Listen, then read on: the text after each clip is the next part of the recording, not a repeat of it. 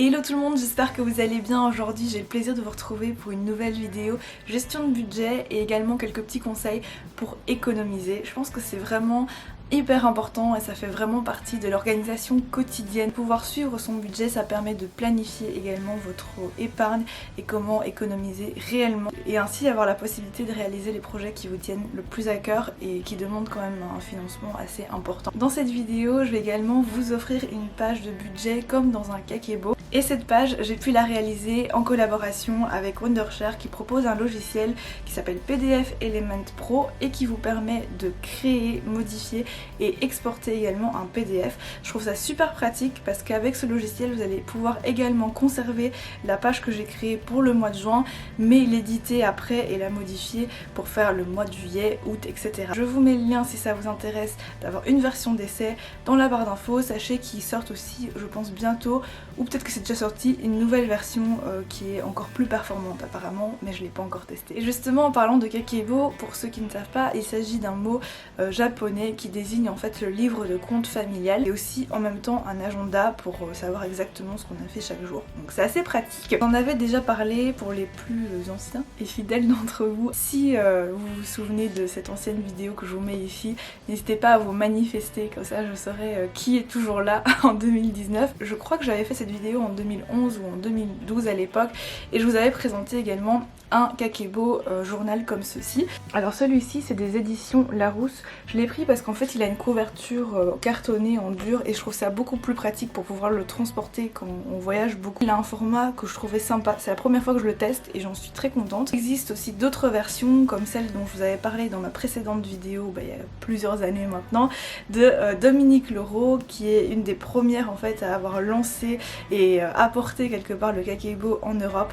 donc je trouve ça super cool. Je vous laisse tous les liens si vous le souhaitez en barre d'infos. Après je sais pas si c'est vraiment le meilleur moment pour en acheter un puisque ce sont des livres et des agendas qui sont datés, donc vous allez le commencer en plein milieu de l'année, je sais pas si c'est très rentable. Ce que j'aime beaucoup dans ces livres de compte, c'est que ça vous permet vraiment d'apprendre à gérer votre budget et c'est vraiment en fait un guide. Et en plus je trouve vraiment que les pages sont designées de manière très jolie. Après évidemment vous pouvez aussi gérer vos comptes sans passer par ce genre de livre. C'est pour ça que je voulais vous offrir une petite page budget pour que vous puissiez tenir un petit récapitulatif mensuel de vos entrées d'argent d'une part et de vos sorties, donc vos dépenses d'argent. En fait cette page elle est inspirée tout simplement de ce que moi j'ai créé dans un carnet que j'avais acheté, c'est un carnet office ou un carnet de bureau tout simple, mais c'est surtout en fait le format ligné plus une petite colonne qui m'a beaucoup intéressée. En fait j'ai commencé à faire ça à partir du mois de septembre 2018 pour faire un récapitulatif et vraiment avoir une vision claire de ce que je dépense. Donc la page que je vous offre aujourd'hui, elle est vraiment inspirée de la manière dont je me suis organisée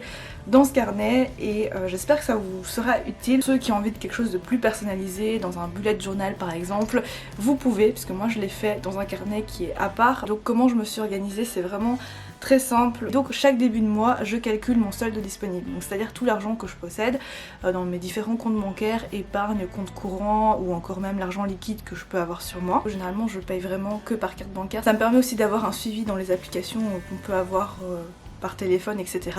Si une vidéo vous intéresse également sur ce sujet, n'hésitez pas à me le dire. Mais là aujourd'hui je voulais vraiment vous parler de la tenue de compte par écrit parce que ça permet en fait en écrivant de se rendre vraiment compte de ce qu'on dépense et donc je trouve ça plus intéressant si on a vraiment une envie de faire des économies en fait. Ensuite je viens répertorier les dépenses fixes qui sont prévues, c'est des dépenses auxquelles on ne peut pas échapper. Le loyer évidemment, en tout cas si vous en avez un. Ensuite les factures d'électricité. J'ai également un budget fixe pour les transports, donc par exemple pour mon pass Navigo en France ou mes déplacements à Stib en Belgique. Et je suis vraiment transparente avec vous, ça fait déjà un budget de 929 € pour moi au total, c'est le minimum qu'il me faut, sans compter tout ce qui est dépenses alimentaires. Donc c'est déjà un budget mais au moins je sais exactement ce que j'utilise, dans quoi je mets mon argent. Une petite rubrique objectif épargne, j'essaye d'écrire dans cette case là mon éventuel argent bonus on va dire si j'ai travaillé un peu plus etc. et que je vais vraiment essayer de venir économiser et donc ne pas dépasser juste parce que ce mois-ci j'aurais gagné plus d'argent par exemple. Je veux vraiment, je suis vraiment dans une optique d'économiser pour peut-être investir dans mon premier appartement ou des choses comme ça quoi. Et généralement j'essaye donc d'épargner entre 300 et 500 euros. Et la dernière rubrique c'est les reports de dépenses, donc ça c'est à la fin du mois, je viens calculer en fait toutes mes dépenses par catégorie. Ici vous pouvez le voir, là chaque jour j'ai surligné, comme ça je sais exactement quel jour j'ai fait des dépenses. J'ai des codes couleurs ici en fonction du moyen de paiement. Et c'est vraiment seulement à la fin du mois que je vais rajouter ces traits de couleur pour additionner donc les différentes dépenses dans différentes catégories. Ça peut varier en vrai chaque mois, donc il n'y a pas de code couleur défini, c'est juste que ça me permet de mieux visualiser les catégories et là où j'ai dépensé le plus d'argent. Et à la fin du mois, donc je viens reporter toutes mes dépenses par catégorie et par couleur, et en additionnant les totaux de ces deux catégories, j'obtiens le total de ce que j'ai vraiment dépensé ce mois-ci, et donc là c'était 1472 euros. Une manière voilà très simple et vraiment accessible à tous pour tenir votre budget. Je vous avoue que comme personnellement je suis très maniaque, en fait je garde vraiment tous mes tickets de caisse et je les mets dans une enveloppe tout simplement. Les tickets, je pense que légalement il faut les conserver qu'un seul mois après les achats, à part évidemment les achats plus importants que je fais, je garde les factures pour la garantie etc. Voilà, j'ai gardé par exemple mes enveloppes de fin 2018 encore, là c'était octobre et novembre, et j'ai tous mes tickets de caisse. Ça me permet de conserver en fait une comptabilité personnelle assez propre. Ça me permet en vrai aussi de prendre conscience parfois des dépenses inutiles que je peux faire, et ça m'aide vraiment à entamer une vraie économie.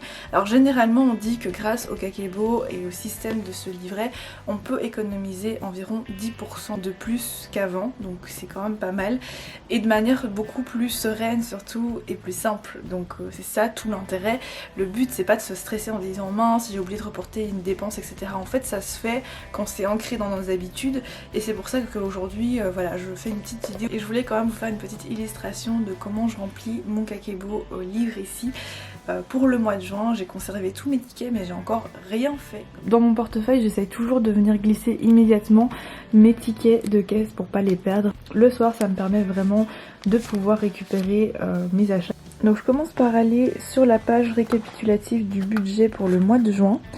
Ici en fait vous avez donc le report de votre solde de mai, c'est-à-dire l'argent qui est disponible. Finalement c'est la même chose que dans mon carnet. Les incontournables ici, donc c'est les dépenses fixes. Ici, vous avez donc le report total des dépenses que je vais faire en fait par semaine ici. Alors quand je travaille dans le Kakebo, je viens mettre que le solde final de mon compte courant, 182,34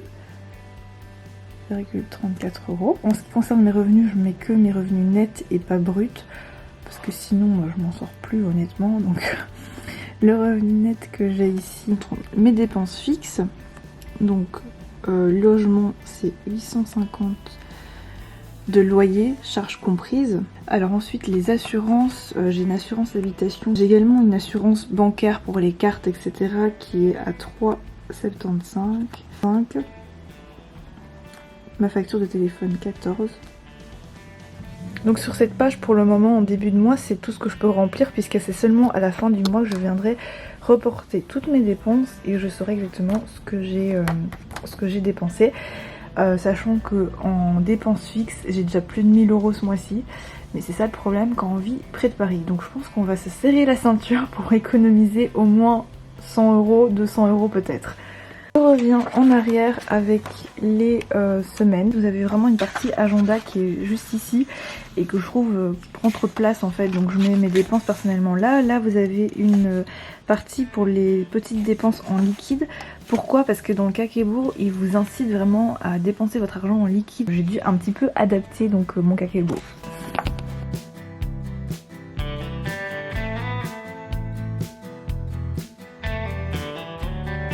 Et donc j'ai reporté mes dépenses écrites plus détaillées au-dessus dans les différentes catégories pour avoir une vision très claire de chaque catégorie. Là pour l'instant je trouve que j'ai bien respecté mon budget, puisque en fait c'était au début de mois le premier surtout que j'ai fait mes courses pour 21 euros. Donc là je suis plutôt bien quand même au début de ce mois-ci, je suis plutôt contente. Donc voilà pour cette vidéo, j'espère vraiment que ça vous aura intéressé, que ça vous aidera aussi dans votre gestion de budget si vous n'êtes pas ultra organisé à ce niveau-là et que vous voulez faire les choses de manière simple. Ça peut paraître un peu compliqué au début parce que je vous ai donné beaucoup d'informations dans cette vidéo, mais je vous assure que finalement c'est très facile et personnellement c'est une méthode qui fonctionne très bien pour moi. Après je vous cache pas que je l'ai combiné aussi avec une méthode application etc. pour me rendre aussi la vie plus facile, mais j'aime bien conserver le format papier. Parfois je fais dans le Kakebo, parfois je fais dans le carnet. Par exemple au mois de juin, bah, du coup je vais pas le faire dans mon carnet puisque j'aurai le Kakebo, parce que j'aime bien utiliser les deux méthodes pour pouvoir vous parler de ce qui fonctionne, de ce qui est le mieux. Ben, forcément j'aime bien tester aussi dans les deux. À l'heure actuelle c'est pour moi un peu compliqué de vous dire qu'est-ce qui est le mieux. J'aime bien forcément le design de ce Kakebo là, un vrai guide, mais après c'est vrai qu'on peut pas le personnaliser ou le simplifier comme on le voudrait. Alors que dans ce carnet là je suis vraiment libre de faire les choses comme je veux. Aujourd'hui c'est vrai que mon cœur balance entre les deux systèmes et c'est pour ça que je voulais vous en parler. N'hésitez pas à me dire comment vous faites et peut-être que ça m'aidera aussi à m'améliorer. Donc voilà, je vous remercie d'avoir regardé cette vidéo jusqu'ici et merci pour tout votre soutien. Je vous retrouve très vite lundi prochain pour être précise, donc ça va être dans 2 jours pour une nouvelle vidéo où il y aura également un petit concours, donc voilà, j'espère que ça vous fera plaisir. Je vous fais plein de bisous, prenez soin de vous et à très vite.